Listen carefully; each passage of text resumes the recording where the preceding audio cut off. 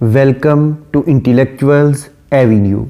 आज हम R.S. Thomas की जिस पोइम को डिस्कस करेंगे उसका टॉपिक है द वैनिशिंग विलेज।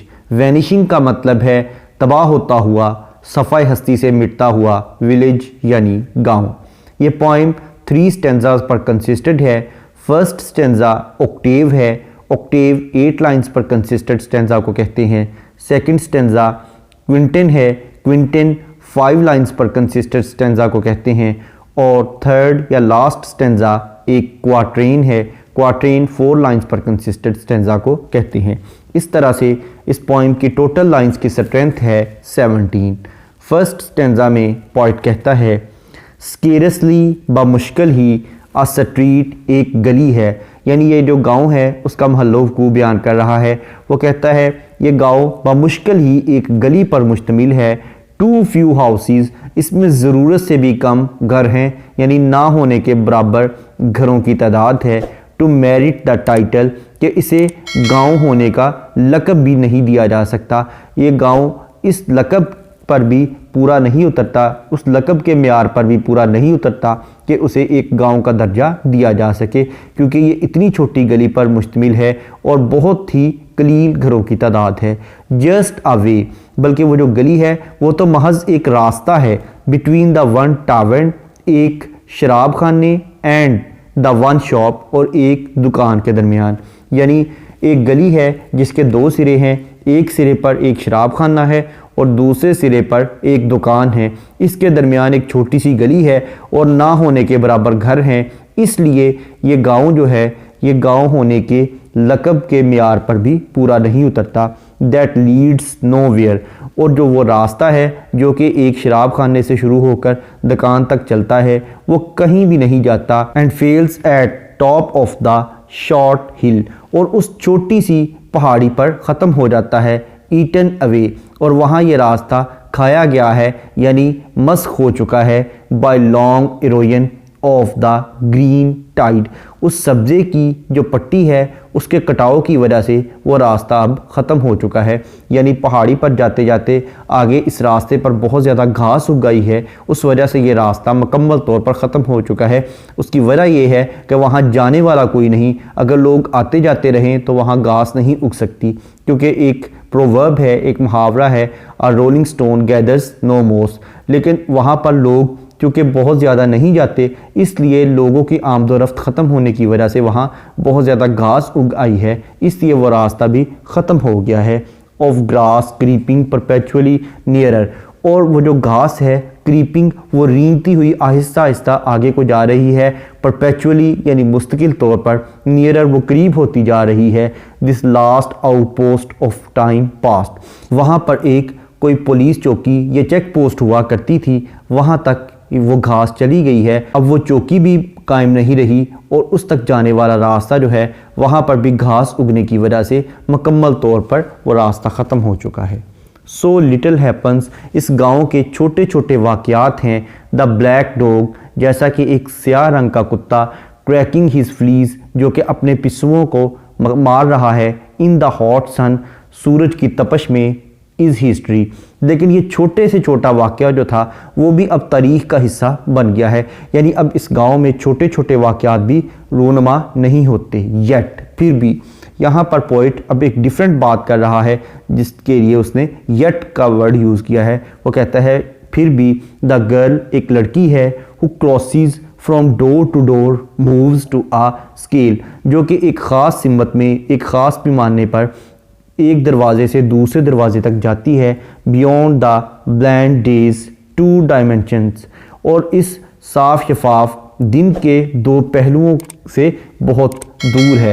यानी एक ऐसी लड़की जो कि एक दरवाजे से दूसरे दरवाजे तक जाती है, वो टाइम एंड स्पेस से, ज़मान व मकान की हदों से बालातर है। और वही लड़की इस गांव के लिए उम्मीद की किरण है, इस गांव की दोबारा से खुशहाली और आबादकारी के लिए कोशां है।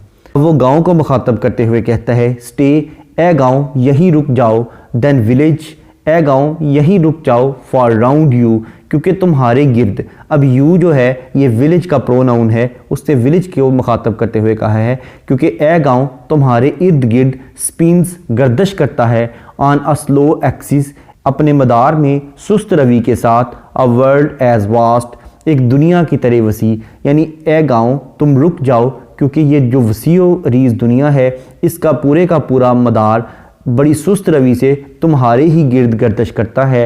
And meaningful as any post, और तुम इतने मीनिंगफुल हो, तुम इतने बामाना हो as any post by great Plato's solitary mind.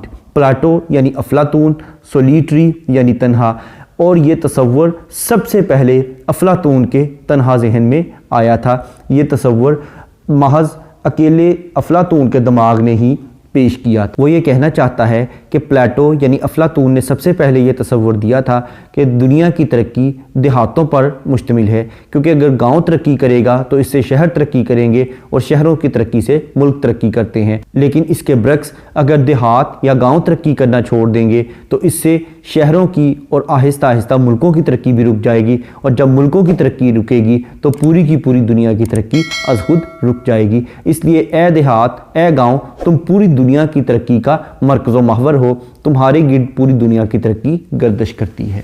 इस पोइम का इंट्रोडक्शन, ग्लॉसरी, ट्रांसलेशन और एक्सप्लेनेशन को देखने के बाद अब हम आते हैं इस पोइम में यूज़ होने वाली फिगर्स ऑफ स्पीच या लिटरेरी डिवाइसेस की जानिब। सबसे पहले हम देखेंगे एलिट्रेशन। एलिट्रेशन का मतलब है beginning of two or more than two words in the same line with the same letter or sound, यानी एक ही लाइन में दो या दो से ज़्यादा अल्फाज का एक ही हरफ या एक ही आवाज़ से शुरू होना। जैसा कि लाइन नंबर 1 में स्कैरसली और स्ट्रीट, ये दोनों वर्ड्स एस लेटर से स्टार्ट हो रहे हैं। उसके बाद लाइन नंबर 13 में बियॉन्ड, ब्लैंड, लाइन नंबर 13 में again day, dimensions, line number 14 में स्टे, स्पिन्स।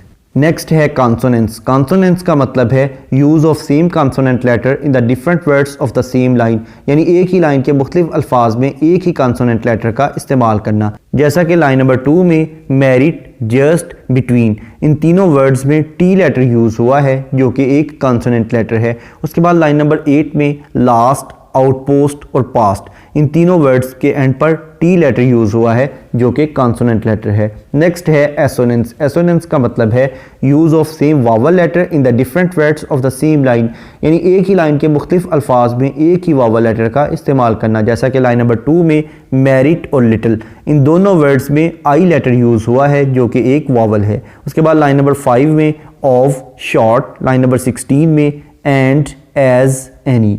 नेक्स्ट है कायसुरा।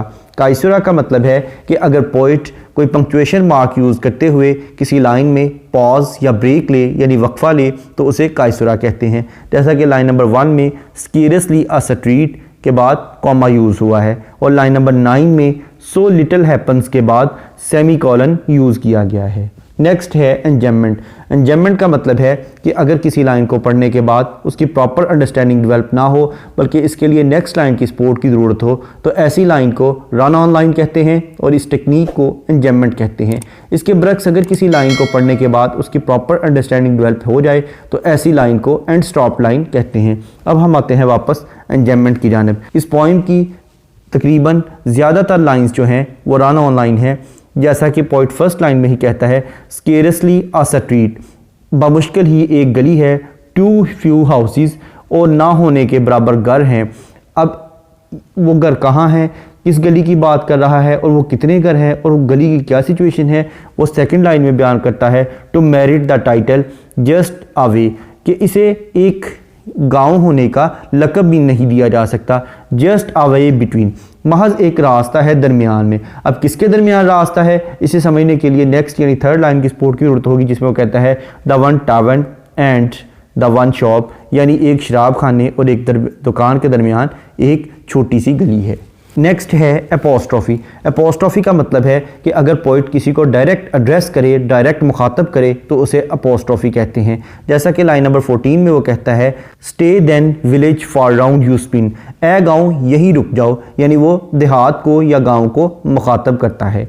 नेक्स्ट है एलुयन। एलुयन का मतलब है रेफरेंस या हवाला। इस पोइम की लाइन नंबर 17 में वो कहता है by great Plato's solitary mind, यहाँ पर उसने अफलातून का एलुयन यूज़ किया है। नेक्स्ट है इमेजेस। इमेजेस का मतलब है ऐसे वर्ड्स का इस्तेमाल करना जो कि हमारी सेंस ऑफ साइट को अपील करते हों या हमारी देखने की हिस्स को अपील करते हों। इस पोइम में बहुत से इमेजेस यूज़ किए गए हैं जैसा कि street, houses, way, tavern, shop, hill, green tide, outpost, black dog, fleas, hot sun, girl, door, village, world. इसके बाद अगर हम इस पोइम के थीम को देखें तो इस पोइम में हमें यही सबक मिलता है कि हमें देही तरक्की की तरफ तवज्जो मबजूल करनी चाहिए, क्योंकि अगर देहात तरक्की करेंगे तो इससे शहर तरक्की करेंगे और इसी से मुल्क तरक्की करेंगे और इसी से पूरी दुनिया की तरक्की भी मशरूत है। Thank you for attending this lecture.